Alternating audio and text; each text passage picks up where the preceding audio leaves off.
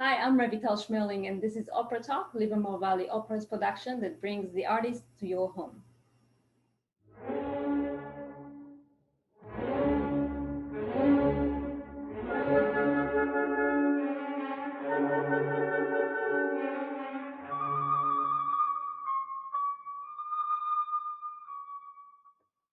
Our guest today has been said to have a beautiful, piercing voice. He travels all over the United States singing different roles. We want to welcome our third guest of OperaTalk, the wonderful tenor Chris Bozeka. Hello. So, Chris, I want to ask you before we start, where are you right now? I'm in Houston, Texas. I moved down here. I'm originally from Akron, Ohio, but I moved down here about, must have been 5 years ago, 4 years ago now. I start to lose track. And I moved down here for the Houston Grand Opera Studio. Houston Grand Opera is one of the top companies in the United States, and the studio is uh, it's kind of hard to explain. It's kind of like an internship for opera singers. So you started the internship there and stay there. That's correct. That's correct. And from this location, you usually travel in the United States and do different productions and then come home. Yes. Yeah. Houston would be considered, many opera singers have what they call their home base, and Houston is my home base. And then I travel all across the country and occasionally the world doing performances. Yeah, very nice. And can you share with us what was the first time that you saw an opera production, a real one? So, the first time I saw an opera production was when I was in high school. I was in choir, and our director would take us to see an opera every year. We lived in Akron, so we would go up to Cleveland and we would see an opera. And uh, the first one I remember seeing was Madama Butterfly, and I think it was the first time I was really like struck by opera. My grandma used to listen to opera sometimes, but I remember it. But when I was a little boy, it was just like, oh, pretty singing, but it didn't really mean much to me. But when I saw that production of Madame Butterfly, I was really struck by the drama and the sets and the costumes and the amazing singing. And yeah, it sticks out to me for sure. So you mentioned that you sang in a choir. When did you start singing in a choir? What age? I started singing in choir when I was in fourth grade, so I guess I was 9 or 10. Yeah. And so through those singing years, did you stop singing one time or did something else, or it was a continuing, um, I would say, education for you? I've been continuing singing pretty much pretty much nonstop since I was 9 or 10 years old. So yeah, I would say it's been continuous for sure. And I've been told that, during the time that the voice changes to boys, sometimes teachers prefer not to teach. Some other they are okay with teaching. What was your path during the puberty years?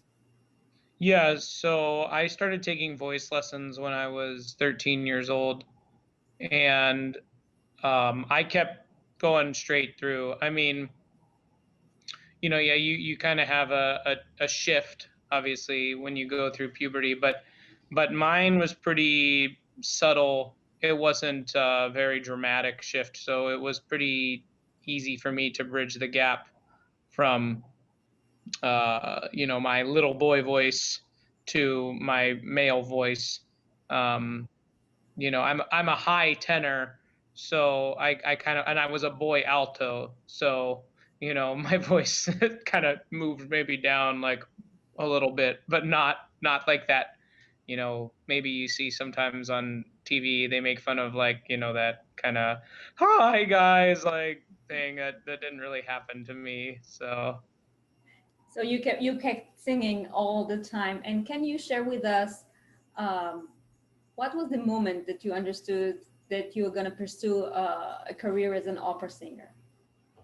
yeah, so I always kind of I loved singing and acting, but I always kind of saw it as more of a hobby um, until I was a junior in high school.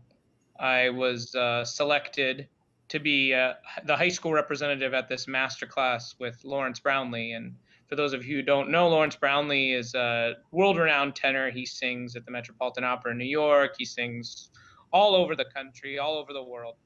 And I was selected to be the one high school student. And I sang Vaghissima Sembianza, which is an Italian art song. And there was me and a bunch of college students. And after the master class, he actually emailed my teacher and said, that young tenor you have, he's got a lot of potential, and if he works hard, I think he might have what it takes to, have a career. And that kind of inspired me to start thinking of it as more than just a hobby. And I haven't looked back since. And in fact, I've gotten to perform with Lawrence Brownlee on several occasions now. So I actually can call him not only someone who inspired me, but I can call him my friend, which is pretty cool. And so did you go to university and studied opera singing? Yes. I went to Capital University in Columbus, Ohio. That was my undergrad degree. And then I went to the University of Cincinnati College Conservatory of Music for my graduate degree. And that's pretty normal for opera singers. People think of it, oh, you're just a singer or whatever, but it actually takes quite some time and quite a bit of education before you're ready to go out into the world and perform. Uh, we have very intense schedules in college, um, full schedules often rivaling, the number of credit hours that maybe a doctor or a lawyer would have. So there's a lot of work that goes on behind the scenes of that person that you see on stage that has that wonderful voice. That's interesting. So let's see one example for you from you singing Namorino from L'Elisir d'Amore with Opera Las Vegas.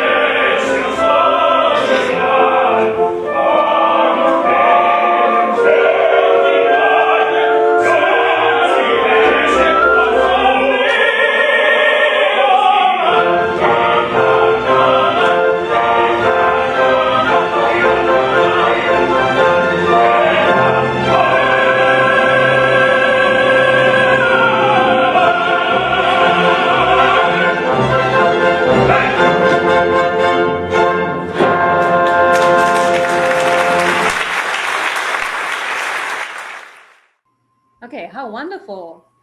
What was this Thank you. high note? That was a high C. I see. Okay, so can you share with us a little bit what happens in that scene and what is your role? What is the story in the opera? Yes, so that actually is one of my favorite scenes from that opera, one of my favorite duets to sing. So Nemorino, which was my character, is a young man who lives in this Italian village, and it's you can think of it as a rural, like kind of farm town, and he's in love with this local girl named Adina, who is the most beautiful woman in the village, of course, and she thinks he's a nice guy, but isn't really that into him. And this Sergeant Belcore, comes to town with his troupe, and he's very, macho man, and he immediately sees Adina and tries to sweep her off her feet and proposes marriage, and Nemorino panics because he wants to be the one that marries Adina, and so he finds this snake oil salesman, but he thinks he's a real brilliant doctor named Dulcamara, and Dulcamara says that he has this love potion that will help Nemorino win the heart of Adina. And in reality, it's not a love potion at all. It's alcohol. And so Nemorino drinks up the potion and thinks, oh, I've got her now for sure. Like I can feel that the potion is working. And of course, it's not really working. But he's panicking because this wedding is going to happen. And in this scene, he's trying to get some money because he wants to buy more of the love potion, and he's poor. He has no more money. And so he agrees to join the army so that he can get more love potion, so that he can hopefully get a chance to love Adina, for even if it means just for one night. And so it's really for him, like, for Nemorino, kind of the low point of the opera. Like he's very, very desperate. And for Belcore, the sergeant, it's the high point of the opera. It's like, I've defeated my rival. I've got the girl. I'm gonna win. And luckily for Nemorino, at the end of the day, he ends up getting the girl, and Belcore is forced to leave town. So that's a good story. And it is in Opera Las Vegas. So in Las Vegas, I know Cirque du Soleil. I know there are other shows, but it seems like they have an opera house. So were you performing to locals or to tourists that come to Las Vegas to enjoy the casinos? Well, I think most of our audience was locals. I mean, most people don't realize Las Vegas is a huge, like, city population wise. Actually, we think of it as just like, oh, no one really lives there. It's just hotels and casinos, right? But actually, it has like almost 1 million people who live there. And so, just like any other city, they have a symphony, they have an opera, they have a ballet, they have all that stuff. But I assume some of the guests some of the audience members may have been, people there on vacation. I hope they were, but my feeling was that most of the audience was locals. Right. Yeah. And talking about traveling and performing in different cities, how do you spend your time right now during, the pandemic right now? So you cannot perform, and my guess is your obligations were canceled or postponed. So how do you stay motivated, and how do you spend your days? Yeah, it's definitely a difficult time for all the performing arts right now. And I'm lucky because when I'm here in Houston, I have a job teaching voice lessons to high school students. And so that's kept me busy while I've been here, because school is still happening, even if theater is not. And I actually have been working on organizing a concert of my own, an outdoor concert. And we're actually going to be singing this weekend in a park. Wow. So we'll have, social distancing, and the audience will be wearing masks and all that, but we're actually going to be performing on our own, and it's just me and a bunch of my opera singer colleagues, and just making things happen on our own. That's really been the name of the game right now, is kind of making things happen on your own. Yeah, that's what we're doing right now, because usually we go to school and we perform there, and we are obligated to do something else. And yeah, inventing the wheel, I would say, for everybody. Exactly. So I wanted to ask you about the process before you're going to stage, right? Because you need to warm up, you need to prepare yourself, maybe put makeup but I'm more interested to hear about how you warm up, because you have a very high notes as well. So if you can share with us the length, and maybe demonstrate 2 or 3 nice exercises that you do. Sure. So my go-to warm-up to always get started is it's kind of called a 5 and a 9, and it's like okay,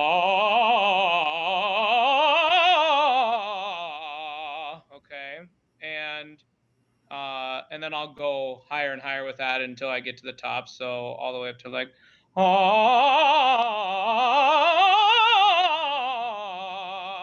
and sometimes on different vowels, sometimes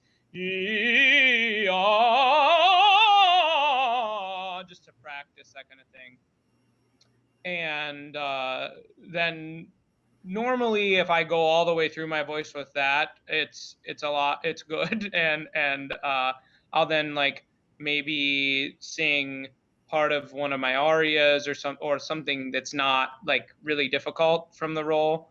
If I'm really like not warmed up at all, like, which is pretty rare for me because I'm singing all the time.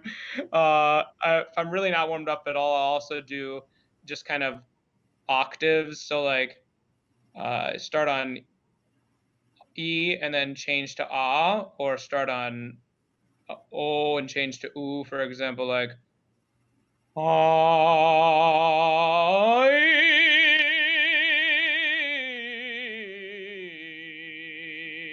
and like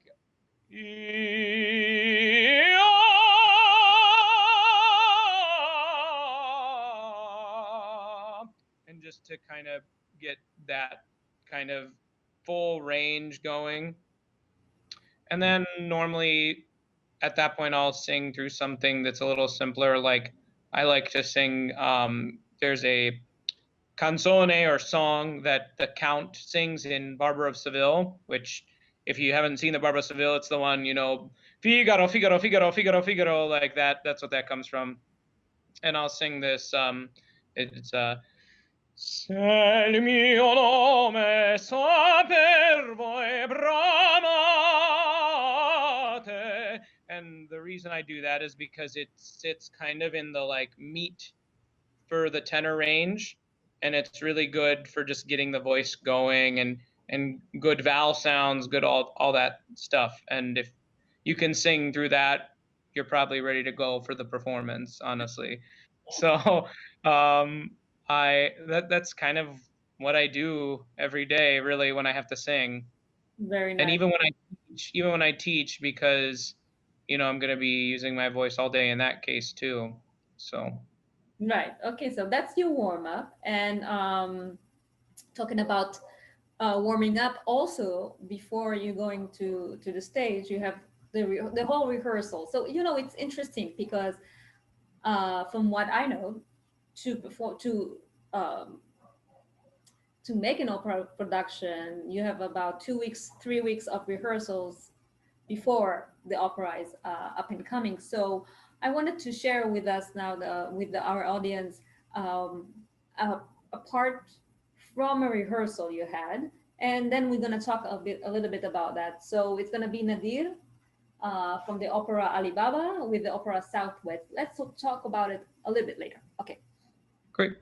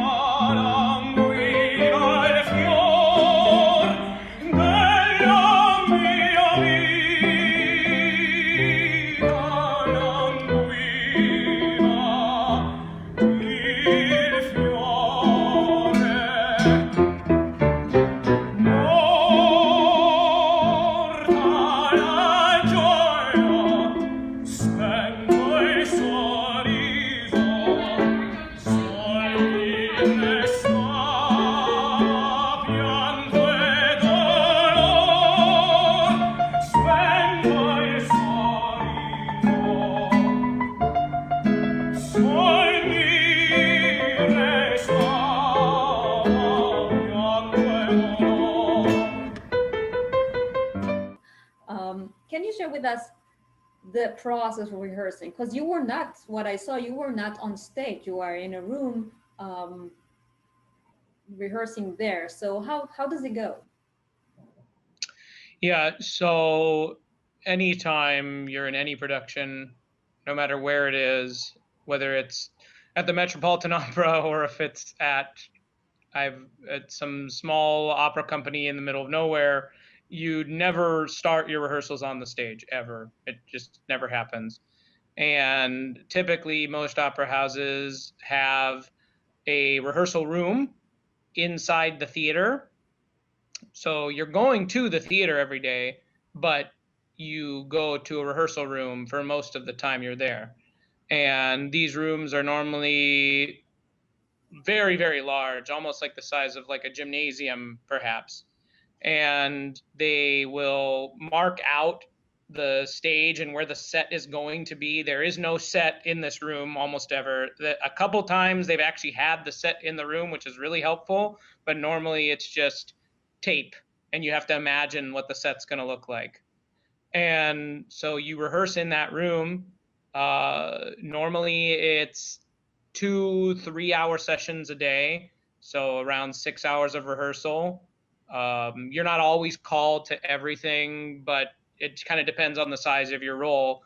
Like when I was in Atlanta, I was singing a secondary role in Sweeney Todd, and I was rarely called to rehearsal because my character was in one scene and like dies in the first act, so I was out of it. I was out of it pretty early. um, in that specific show you just showed, Alibaba, we had tons of rehearsals because this opera hadn't been performed since the 1870s. So there was no recordings, there was no like nothing. Okay, like no one alive had seen this opera. So we were there every day. We were doing music rehearsals to get it put together. We were doing staging rehearsals, as you saw there. So I was pretty much there every day with that one. Okay. So talking about different productions, I'm going to show you now three pictures from production. If you can tell us very, very shortly what we see there as we scroll over those pictures. What's that? Okay, so this is from one of my favorite roles I've gotten to play. This was from Barber of Seville, which I mentioned earlier. And in this picture, I am Count Almaviva. And this was a very unique production. The Barber of Seville is kind of the closest thing opera has to a cartoon. So the director kind of ran with that, and I'm singing Ecco ridente in cielo in this scene here, and I'm singing on top of a giant guitar because it is a song accompanied by guitar. So it was very unique. I actually had to go all the way on top of the highest part of the guitar, and when we were in the rehearsal room, sometimes it was a little shaky. So Doesn't look very stable. What is this? this is from The Abduction from the Seraglio, which is an opera by Mozart, who you may have heard of. He's one of the more famous composers of classical music. And in this scene, I'm actually singing with the gentleman I mentioned earlier, Lawrence Brownlee, and my character's name is Pedrillo, and his character's name was Belmonte, and you can tell we're kind of bummed out because I can't remember exactly what happened, but I think we're trying to figure out how to rescue our girlfriends and having a hard time of it. So, and this is from Sweeney Todd, which I mentioned earlier. My character is Adolfo Pirelli. He's a fake Italian barber, kind of supposed to be mocking a lot of opera characters, especially that Barber of Seville that I mentioned earlier, the Figaro character. And this was also a very unique production of this show.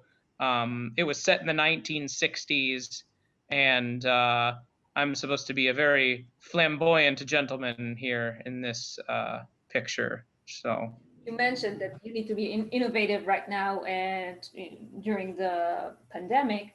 So Livermore Valley Opera recently recorded something with you. We're gonna see it together, and if you can tell us what is it for and what was the aria about.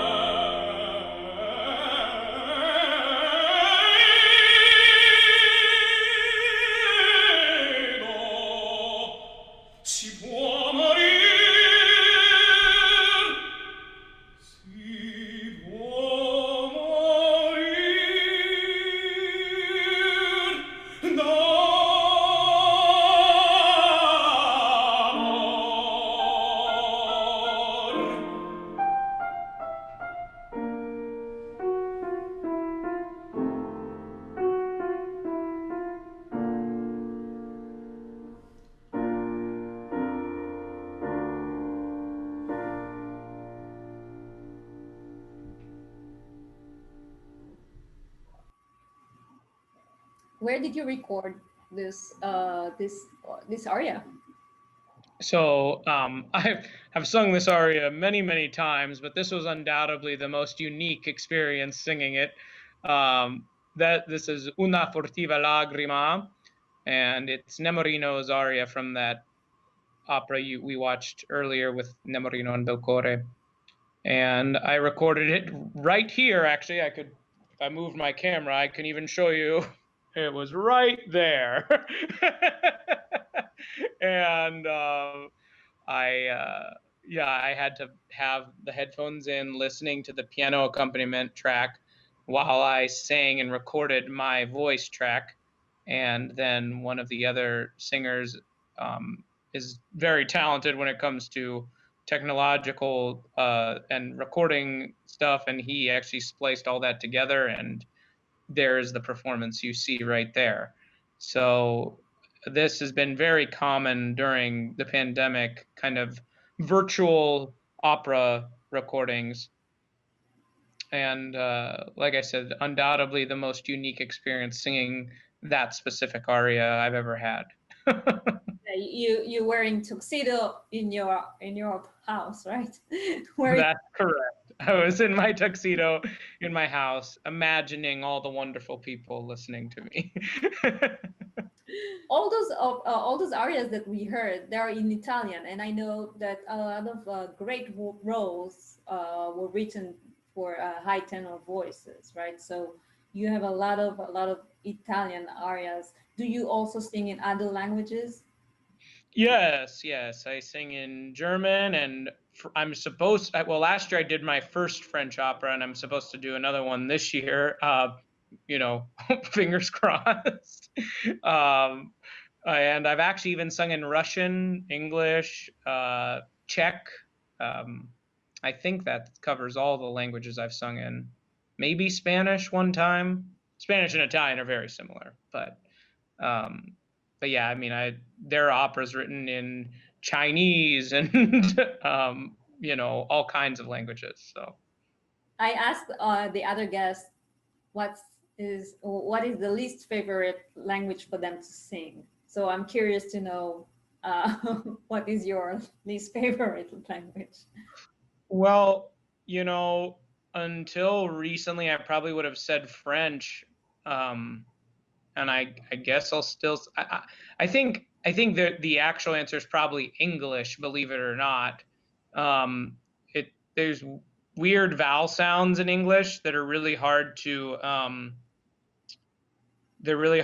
get your voice around when you're singing. There's a lot more diphthongs like hey and how, which are weird sounds to try to sing. But on the flip side, singing in your own language has its advantages too, because you immediately know what you're saying.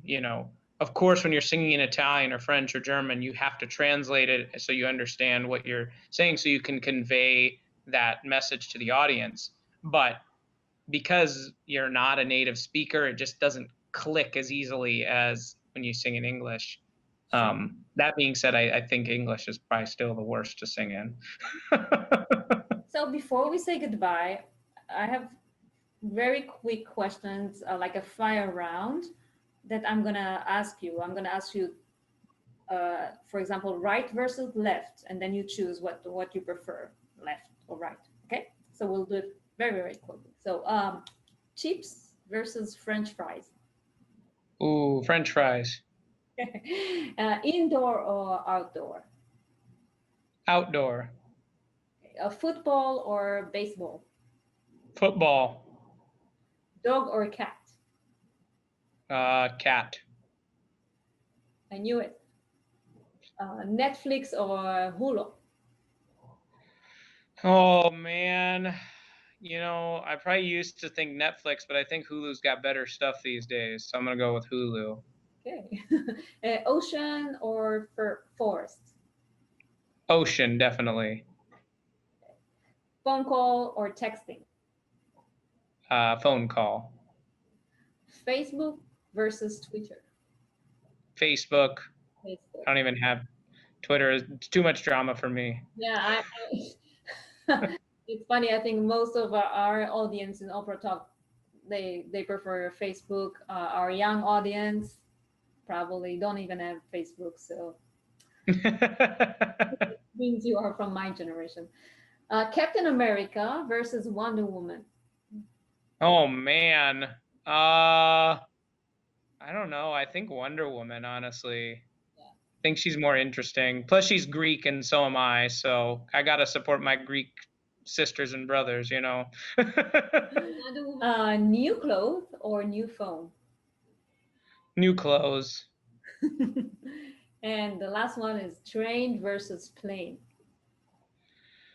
Train, but I take planes when I've traveled, but I think trains are cooler. Yeah, I think more it's of a European adventure train. Yes, exactly. Yeah. They're more romantic too, like the Orient Express. Like, come Right. on. Sit there and you read a book or Yes. your scores, I would say. That's right. Very fun. I've actually had to warm up on a plane before, like like this, because I once had to fly in for an audition in New York, and I had the audition the same day. My flight arrived at 11 a.m. and my audition was at 1 p.m. And the two old ladies in front of me were like, "Was that you singing?" And I was like, "Yes." They were like, "Oh, you're wonderful." I was like, "Oh, thank you." So I want to thank Chris Bozeka for being with us, for sharing his experience, knowledge, and beautiful voice with us. And we hope to see you in the main stage in Livermore Valley Opera very, very soon. I hope so too. Thank you. Thank you for tuning in to our third Opera Talk. And I'm going to see you next time. I'm Revital Shmerling from Livermore Valley Opera.